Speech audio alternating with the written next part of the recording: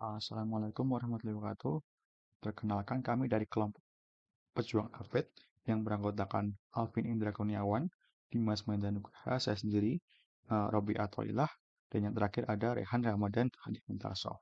Uh, Kami di sini membuat aplikasi berbasis web bernama Modify, yaitu aplikasi untuk mengenali motif-motif batik yang ada di Indonesia. Latar belakang kenapa kami ingin membuat aplikasi ini, karena batik merupakan salah satu ciri khas budaya yang ada di Indonesia dan bahkan sudah dikenal di seluruh dunia. Dan bahkan batik ini sudah ditetapkan oleh UNESCO sebagai warisan kemanusiaan untuk budaya lisan dan non-Bendawi sejak Oktober 2009. Nah, dari itu, batik ini merupakan salah satu ciri khas dan keunikan Indonesia yang harus dipertahankan dan uh, harus menjadi minat yang sangat menarik untuk kalangan turis baik dari domestik maupun mancanegara. Nah, tujuan kenapa kami uh, mengembangkan aplikasi ini yaitu untuk membantu masyarakat domestik dan turis mancanegara atau domestik juga untuk mengenali motif-motif kain batik yang ada di Indonesia, sehingga mereka tidak salah dan uh, paham dengan uh, apa sih motif yang ada di kain tersebut. Karena apa? Karena seperti yang kita tahu, Indonesia ini terdiri dari banyak suku, pulau, ras, dan budaya. Maka dari itu, terdapat juga banyak motif batik yang sebenarnya saya sendiri juga tidak tahu apa nama motif batik itu. Karena saya sendiri dari Jawa, sehingga ketika ada motif batik dari Bali, dari Sumatera, atau dari Kalimantan, itu saya agak sering sulit untuk mengenali namanya. Uh, Selanjutnya, menjelaskan bagian mengenai arsitektur software yang diimplementasikan. Nah, jadi bagaimana cara kerjanya? Pertama kali saat kita sebagai user akan bisa melakukan dua fungsi, yaitu pertama bisa menginput gambar, lalu setelah kita input gambarnya maka kita akan mendapatkan aplikasi dari prediksinya juga. Lalu setelah gambarnya diinput, eh, kita bisa menganalisis motif batik apa yang diinput sebelumnya oleh sistem yang telah kami buat. Nah, nanti juga ada aplikasinya ya, tingkat kecocokan mengenai motif batik yang dimasukkan. Nah, untuk selanjutnya ada resource cukup dari Azure yang kita gunakan. Pertama ada device-nya, lalu di deploy di Azure. Selanjutnya kita juga menggunakan Cosmos DB untuk storage atau database dari foto batik yang diunggah. Nah, selanjutnya di balik ini semua kita menggunakan uh, tiga buah itu ya apa tiga buah bagian dari yang kita pakai. Yang pertama frontendnya kita pakai HTML untuk tampilan user mengunggah fotonya. Lalu untuk backendnya kita menggunakan Flash sebagai micro framework yang bisa diintegrasikan dengan model TensorFlow yang telah kita buat sebelumnya. Nah, untuk TensorFlow sendiri kita juga menggunakan uh, menggunakan database batik dari GitHub yang selanjutnya kita train ulang supaya mendapat aplikasi yang lebih tinggi. Nah, jadi bagaimana sih sebenarnya software yang kita buat? Nah, berikut ini adalah uh, kode atau codingan dari VS Code-nya. Nah, pertama kita punya tiga bagian ya. Ada index.html, ada app.py, dan ada batik.h5. Nah, jadi bagaimana saya kerjanya? Nanti pertama itu index.html akan menampilkan interface web yang digunakan oleh pengguna. Selanjutnya pengguna akan mengupload gambar tersebut. Gambar batik yang sudah diupload tadi akan di-load oleh backend atau flashnya tadi untuk diprediksi motifnya dengan menggunakan model batik.h5 yang telah kita training sebelumnya. Saya akan melanjutkan presentasi teman saya mengenai demo aplikasi Modify. Modify sendiri terdiri dari 4 kontainer. Yang pertama navigation, yang berisi mengenai logo Modify. Lalu kontainer kedua berisi tentang latar belakang, mengapa batik ini menjadi suatu kekhasan yang perlu dibuatkan aplikasi sendiri. Lalu kontainer ketiga terdapat pengenalan batik yang merupakan inti dari aplikasi Modify sendiri. Pada kontainer ini terdapat gambar kosong karena kita belum menginputkan gambar. Chosen file untuk menginputkan gambar dan cari sekarang itu merupakan button yang menjalankan machine learning pada Modify. Machine learning sendiri ini mengklasifikasikan batik menjadi 6 bagian, 6 klasifikasi yang termasuk dalam batik kawung, batik parang, dan batik Bali. Dan masih ada 3 lain ya. Lalu kontainer keempat sendiri ini berisi mengenai kelompok kami, ada Alvin, Dimas, Robi, dan Raihan sebagai keterangan saja. Mari kita langsung praktekkan untuk memilih file.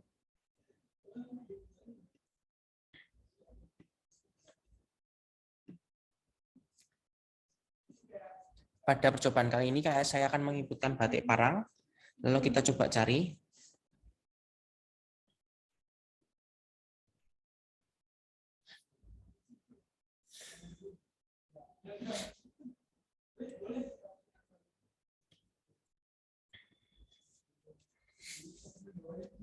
Ini masih proses loading.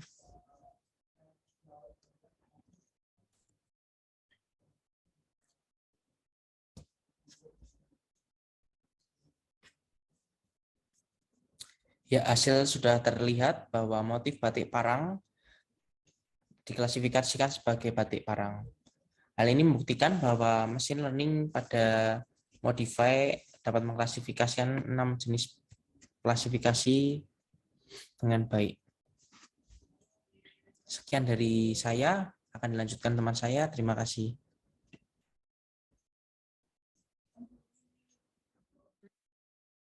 Baik, untuk selanjutnya adalah pengujian perangkat lunak. Ada 4 bagian pada pengujian ini. Yang pertama yaitu pembuatan software operational profile atau SOP. Kemudian yang kedua adalah persiapan tes, mencakup memperkirakan test case baru, mengalokasikan test case, menentukan test case, dan membuat test case. Selanjutnya yaitu membuat reliability demo chart.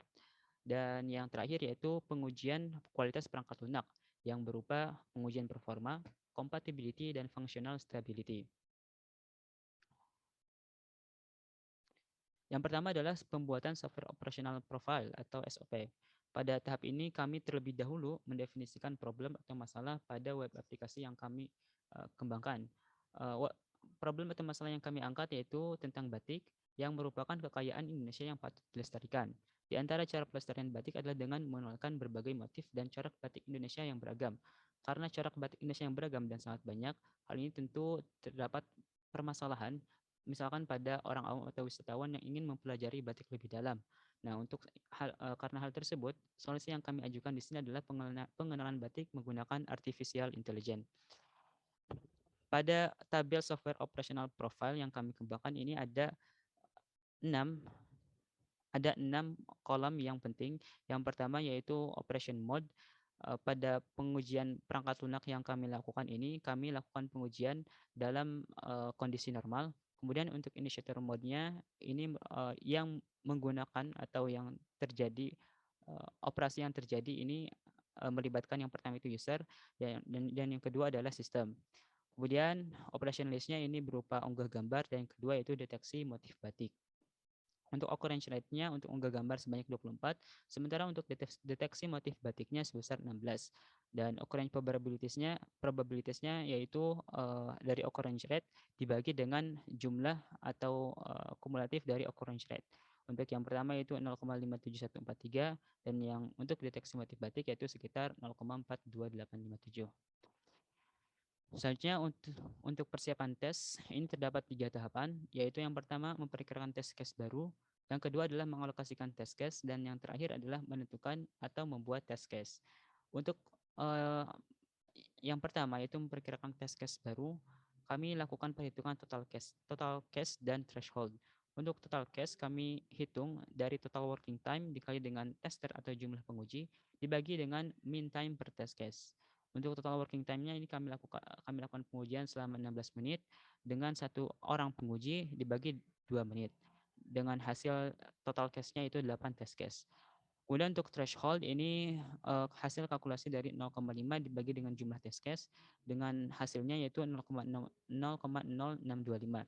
Nah, nilai threshold ini digunakan pada test case estimation dan allocation. Jika occurrence probabilities-nya lebih kecil dibandingkan threshold, maka occurrence rate-nya akan sama dengan number of test case-nya akan sama dengan 1. Sementara jika occurrence probabilities-nya lebih besar dibandingkan threshold, maka number of test case-nya akan disesuaikan dengan occurrence probabilities-nya. Nah, untuk operasi unggah gambar ini number of test case-nya karena lebih besar, maka test case-nya sama dengan 5. Kemudian untuk deteksi motif batik ini number of test case-nya sama dengan 3. Pembuatan test case atau penentuan test case ini yang pertama untuk operasi unggah gambar, ini ada 5 action. Yang pertama yaitu mengunggah gambar berformat JPG atau JPEG. Untuk test condition positif karena memang hal tersebut yang terekspektasikan atau sesuai dengan spesifikasi sistem, yaitu mengunggah gambar motif batik berformat JPG atau JPG atau format gambar lainnya yang umum, misalkan PNG dan lainnya. Tapi untuk saat ini yang kami prioritaskan atau yang kami spesifikasikan yaitu gambar berformat JPG atau JPG dan format PNG. Untuk action mengunggah gambar berformat JPG atau JPG ini expected result atau output specification yang kami harapkan yaitu berhasil mengunggah dan statusnya memang seperti itu, lolos. Kemudian untuk action yang kedua yaitu mengunggah gambar berformat PNG juga sama, yaitu expected result-nya berhasil mengunggah dan memang hasil statusnya itu lolos. Nah, untuk action yang ketiga yaitu mengunggah gambar berformat GIF. Nah, ini tidak sesuai dengan spesifikasi sistem yang kami kembangkan, tapi sehingga expected result-nya itu tidak berhasil mengunggah. Tetapi ketika kami lakukan pengujian itu ternyata gambar berhasil terunggah, ya, sehingga statusnya ini fail, ya, karena tidak sesuai dengan harapan kami. Nah, ini untuk catatannya user berhasil mengunggah gambar meskipun gambarnya berformat .gif. Kemudian untuk action keempat yaitu user mengunggah berkas atau gambar selain format JPG, PNG, dan GIF. Untuk expected result-nya ini tidak berhasil mengunggah dan memang saat dilakukan pengujian memang sesuai dengan ekspektasi. Akan tapi ada catatan ini web aplikasi memberikan umpan balik error yaitu 500 internal server error. Kemudian untuk action yang terakhir yaitu user tidak mengunggah gambar, akan tapi user langsung menekan tombol deteksi sehingga tes condition-nya itu negatif atau tidak sesuai dengan spesifikasi yang kami harapkan. Untuk expected result-nya yaitu tidak berhasil mengunggah dan hasilnya statusnya lolos. Akan tapi sama seperti action sebelumnya, web aplikasi memberikan umpan balik error yaitu 500 internal server error. Kemudian untuk operasi selanjutnya itu deteksi motif batik, kurang lebih sama hasil test case-nya, akan tapi sedikit catatan untuk deteksi gambar berformat .gif. Untuk condition-nya negatif dan untuk expected result-nya sistem tidak berhasil mendeteksi motif. Akan tapi seperti yang sudah dijelaskan sebelumnya, ternyata user berhasil mengunggah dan sistem juga berhasil mendeteksi gambar yang ada motif yang ada dalam gambar tersebut, motif batik yang ada dalam gambar tersebut. Padahal ya seperti yang kita ketahui bahwa gambar berekstensi .gif itu kebanyakan gambar bergerak dan ini tidak dimasukkan ke dalam spesifikasi web aplikasi kami. Dan sistem ternyata berhasil mendeteksi motif batik walaupun menggunakan format .gif. Selanjutnya untuk pembuatan reliability chart demo, kami di sini terlebih dahulu membuat failure data yang akan digunakan untuk memandu keputusan menggunakan reliability chart demo. Nah, yang pertama ada failure intensity, hasil kalkulasi dari jumlah error dibagi dengan total test case dikali mean time test per case. Hasilnya 0,125 failure per menit. Sementara untuk FIO-nya sebesar 1 failure per 8 menit. Jika dikonversi dalam bentuk tabel seperti ini, untuk measure atau minute-nya ini merupakan menit terjadinya error, ya. Operasi yang pertama ini failure yang pertama ini terjadi pada menit kelima, sementara yang kedua terjadi pada 14. Ketika dinormalisasikan nilai measure-nya akan menghasilkan nilai seperti ini yaitu 0,625 dan 1,75. Jika diplotkan dalam bentuk scatter plot, maka akan didapatkan chart yang teratas. Nah, ini untuk nilai measure atau minute yang belum ternormalisasikan. Sementara jika measure atau minute-nya sudah ternormalisasikan akan sebagaimana yang ditampilkan pada gambar di bawahnya, di mana jaraknya itu antara measure-nya itu lebih kecil ya. Kemudian untuk pembuatan reliability demonstration chart akan terdapat 3 bagian, yaitu bagian accept, bagian continue, dan bagian reject. Nah, untuk pembuatannya itu memerlukan parameter A dan B, di mana parameter A ini merupakan hasil kalkulasi dari len beta dikurangi 1 min A, sementara untuk parameter B-nya hasil kalkulasi dari len 1 min beta dibagi dengan alfa. Untuk alfanya yaitu resiko pengembang kami ditetapkan sebanyak 10%, sementara untuk betanya itu resiko customer ditetapkan sebanyak 10%, dan yang terakhir yaitu gamma atau discrimination ditetapkan sama dengan 2. Nah, untuk area accept dan continue, untuk pencarian batasnya ini sebagai berikut, yaitu sama dengan A dibagi dengan 1 min gamma dikurangi dengan len gamma dikurangi per 1 min gamma dikali dengan N. Kemudian untuk batas area reject dengan continue, yaitu B per 1 min gamma dikurangi dengan len gamma per 1 min gamma dikali dengan N. Untuk nilai intercept, batas accept dengan garis N sama dengan 0 dan batas reject dengan TN sama dengan 0. Hasilnya seperti ini, yaitu 2,197 untuk batas area accept dengan continue, sedangkan untuk batas area reject dengan continue yaitu sebesar 0,693. Nah, ini hasil plot berdasarkan kalkulasi yang telah kami lakukan. Nah, pada grafik ini ditunjukkan bahwa observed failure atau failure test case pada proses pengetesan perangkat lunak yang telah dilakukan berada pada area continue.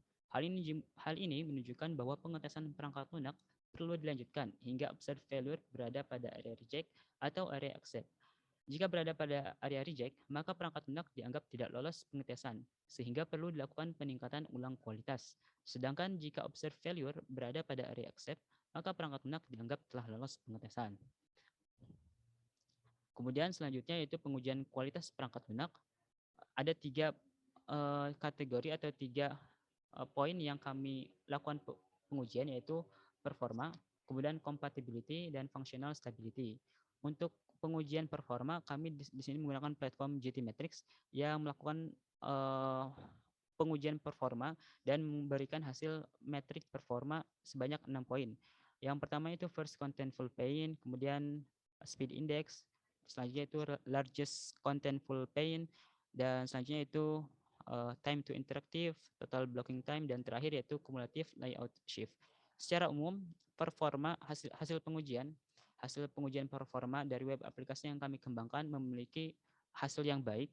Akan tetapi ada sedikit catatan tambahan untuk metric speed index yang mengacu pada seberapa cepat konten halaman Anda terlihat terisi. Nah, untuk CX yang baik adalah 1,3 detik atau kurang, sementara yang kami dapatkan ini sebesar 1,4 detik, sehingga perlu dilakukan pengembangan pada bagian tersebut. Kemudian selanjutnya yaitu compatibility, mengacu pada seberapa baik produk atau sistem atau komponen dapat bertukar informasi serta melakukan fungsi yang diperlukan sambil berbagi lingkungan perangkat keras atau perangkat lunak yang sama. Nah, untuk koeksistennya ini mengacu pada seberapa baik suatu produk dapat melakukan fungsi yang diperlukan secara efisien sambil berbagi lingkungan dan sumber daya yang sama dengan produk tanpa berdampak negatif pada produk lain. Nah, pada aplikasi ini lingkungan terutama pada lingkungan tampilan laptop dapat tertata dengan baik. Sedangkan dengan tampilan web mobile-nya masih banyak kontainer yang tidak proporsional. Namun secara fungsi, karena app ini didevelop menggunakan teknologi website, maka fungsi dapat berjalan di berbagai lingkungan. Kemudian untuk interoperabilitas mengacu pada seberapa baik 2 atau lebih sistem, produk atau komponen dapat bertukar informasi dan menggunakan informasi tersebut. Nah, karena seperti yang tadi sudah disampaikan bahwa web aplikasi ini dikembangkan menggunakan teknologi website sehingga dapat berjalan di berbagai lingkungan dan memiliki interoperabilitas yang cukup baik. Kemudian yang terakhir yaitu pengujian functional stability. Ada 3 poin yang kami ujikan, yaitu functional completeness, kemudian functional correctness, dan functional appropriateness. Untuk functional completeness, ini fungsi yang dirancang pada aplikasi yang kami kembangkan ini sebanyak 2 buah, dan fungsi yang berhasil dikembangkan juga 2 buah pula. Sehingga nilai functional completeness-nya sebanyak 2/2, yaitu 1. Kemudian untuk functional correctness-nya, functional correctness ini mengacu pada kumpulan fungsi yang mencakup semua tugas dan tujuan pengguna yang ditentukan.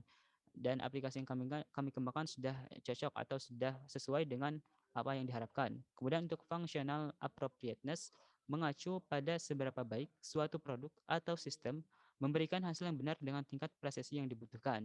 Untuk aplikasi kami kembangkan berupa prediksi motif batik ini memiliki confidence atau akurasi lebih dari 90%, sehingga dapat dikatakan bahwa aplikasi yang kami kembangkan ini memiliki functional appropriateness yang cukup baik.